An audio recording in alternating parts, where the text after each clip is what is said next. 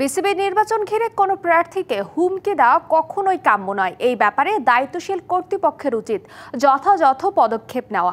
আমিনুল ইসলাম বুলবুলকে দেওয়া হুমকির প্রেক্ষিতে এমনটাই বললেন আরেক প্রার্থী আসিফ সিরাজ রাব্বানী। বললেন, বিসিবিতে পরিচালক হতে পারলে প্রাণ ফেরানোর চেষ্টা করবেন নিজ জেলা বগুড়ার ক্রিকেটে।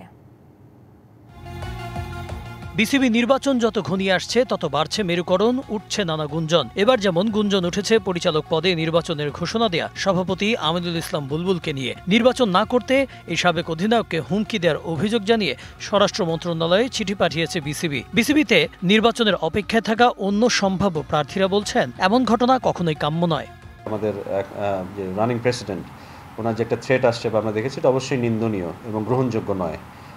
আর এই ধরনের কাজকে অবশ্যই আমরা সমর্থন করি না, এবং আমার মনে হয় সরকারেরও এখানে দায়িত্বশীল আচরণ করা প্রয়োজন, এবং সরকারকেও এই জিনিসটাকে এনশিওর করা যে একটা যে আপনার যে কোনো নির্বাচনেরই যে একটা আপনার এনভায়রনমেন্ট বা এটা যেন একটা ফ্রি এবং ফেয়ার, প্লাস এই ধরনের যেন ঘটনা না ঘটে এবং একটা স্থিতিশীল পরিবেশ মেনটেন করা, এটা আমার মনে হয় সরকারেরও এটা এখানে আরও বেশি আপনার এখানে আরও অ্যাক্টিভ হওয়া প্রয়োজন।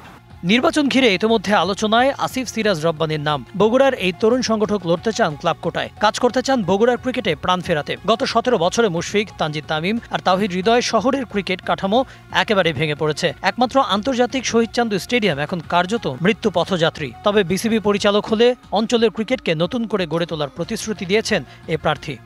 এর মধ্যে শহীদ চান্দু স্টেডিয়াম আছে, যেটা আপনার ধরেন এখন অবহেলায় কোনো পরিচর্যা হয়নি, ধ্বংস হওয়ার পথে।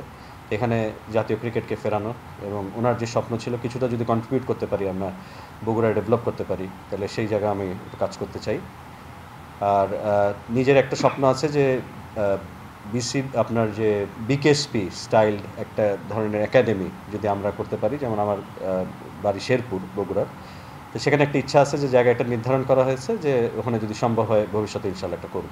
বিসিবিতে ইতোমধ্যে নির্বাচনের ঘোষণা দিয়েছেন বুলবুল, নান্নুর মতো সাবেক অধিনায়করা। তামিম ইকবালও নামবেন ভোটের ময়দানে। সাবেক অধিনায়কদের নির্বাচনের আগ্রহকেও ইতিবাচক বলছেন আসিফ সিরাজের মতো সংগঠকরা।